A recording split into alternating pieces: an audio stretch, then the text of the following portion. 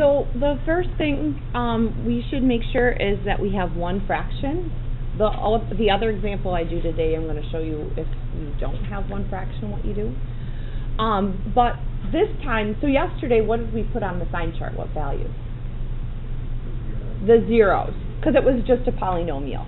But today, on our sign chart, we're going to look for where the function is 0, and then where the function is undefined, which means where the bottom is 0, because that's where the sign of the function will change potentially. Again, remember, some of you picked up on it. When something has an even multiplicity, a factor, is there a sign change at that 0? No. And actually, the same holds for asymptotes that have even multiplicity. All right, should we factor this bottom? Let's do it.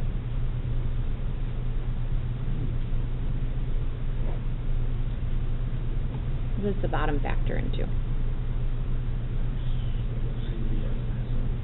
X plus 3, x minus 1. So then, let's answer this question, where is the function 0?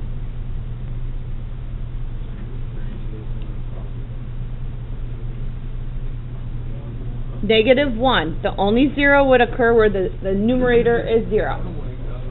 Okay, where is the function undefined? -3 and then 1. So then what I'm going to put on my sign chart are those values. What I'm going to put on my sign chart are those numbers from left to right. So what should I put first? -3. Now this is where we're going to add something. Yesterday I might have written the word 0 there, but today I'm going to write the word undefined. So undefined. What's that? Sure, or abbreviate it, just so you know the difference. The sign chart is for you to know the difference. So then I'm going to put the -1, and the -1 is a 0. And then the 1 is undefined. Okay, so now on our sign chart, let's remember that we have a numerator and a denominator, so let's review some arithmetic. If you have a negative over a negative, what kind of answer is that? Positive, okay? Or positive over a positive is positive. Okay. So, Chris, pick a number to the left of -3. Sure, -5. Okay, if I put -5 on the top, would that be a positive or negative number? Negative. Okay, now on the bottom I'm going to multiply these two together, okay? -5 right here, positive or negative? Negative. We don't care about what the number actually is, just about its sign. What if I put a -5 in for x here? Positive or negative? Okay, so on the bottom I have a negative times a negative, which is positive. A negative over a positive is negative, agreed? So to the left of -3, this is negative. And also in algebra, sometimes we would tell students, if you see an even number of positive signs, that's going to be positive, but if you see an odd number, then that's going to be negative. All right, should we pick -2? Okay, that's the nicest number to use. What would that make the top? If I put a -2 in, negative. It would make the bottom here, would make that positive, agreed? If I put a -2 in? And if I, okay, what's this going to be? Positive. Don't I have two negative signs? Okay, positive. I'm going to actually put my plus up here. You don't have to do that again, but then I know -5. All right. Yeah. Now let's pick 0. -1 to 1. Would that make the top positive or negative? Positive, negative. Okay, what kind of number is that? It's a negative. Make a prediction. What do you think is going to happen over here? Positive. It's probably going to be positive, and that's where I was saying how you can kind of cheat a little bit, because unless you see even multiplicities, even powers on these factors, those are going to be sign changes. But let's confirm. 2. Top is positive, positive, positive. You were right. Okay. So then I'm going to ask a question about the function. If I then said to you, when is f of x less than or equal to 0? And this is where you just got to be careful with the parentheses and the brackets. Because I'm including 0, I would include a 0 in my answer. I never include an asymptote in my answer, because the function doesn't touch there. Okay. So how would I write negative infinity to negative 3, and there's no bracket here because it's undefined here. It's not 0. It's an asymptote. Okay. And then negative 1 to 1, I would put a bracket right there because it's 0 there.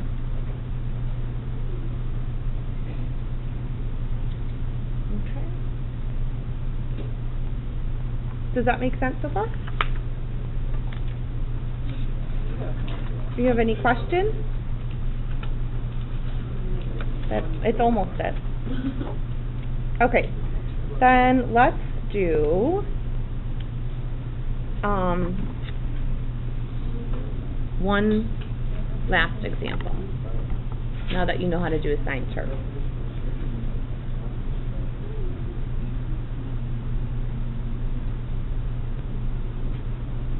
We're going to solve 5 over x plus 3 plus 3 over x minus 1 is less than 0.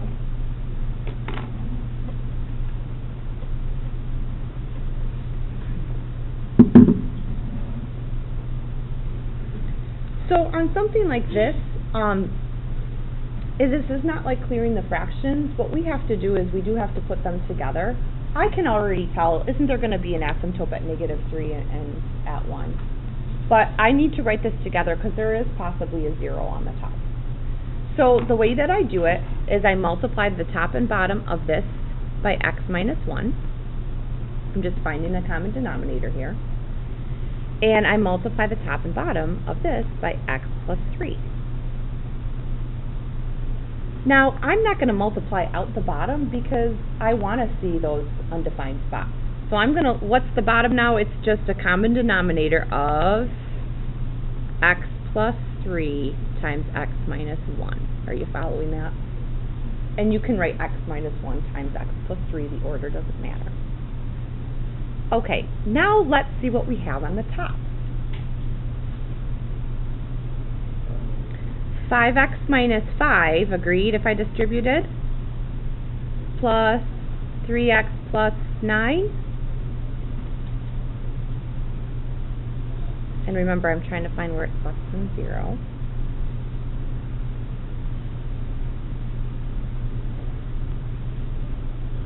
Okay, so let's simplify that. What do we get? 5x plus 3x is 8x plus 4. Okay.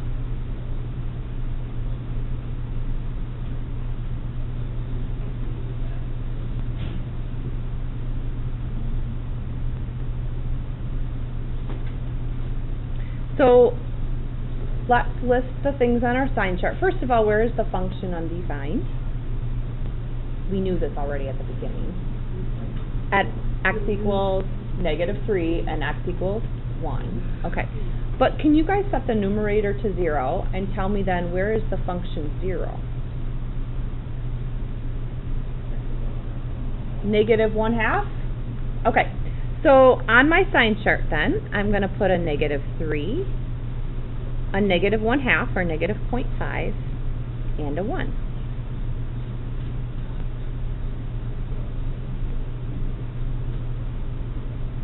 Okay, and then at the negative 3, I'm going to write that that's undefined. This is 0, undefined.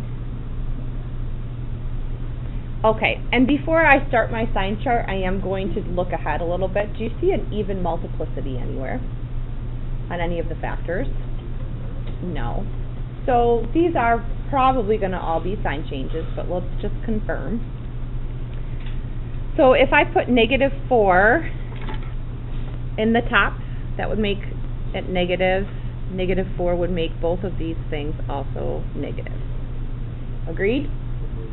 So this 3 negative signs is going to make the sign negative.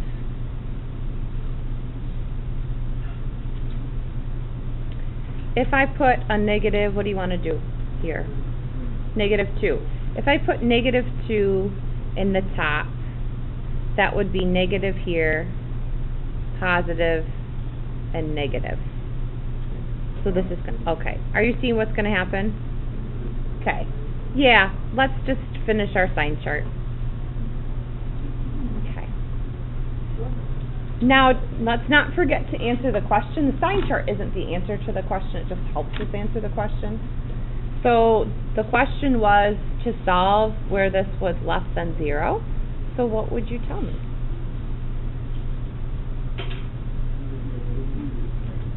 Negative infinity to -3. Yeah. And because it's less than 0, I wouldn't include the zeros anyways. If I did ask for or equal to, I would include the -1/2. That would be the only thing I'd include in the answer. Okay. Questions so far?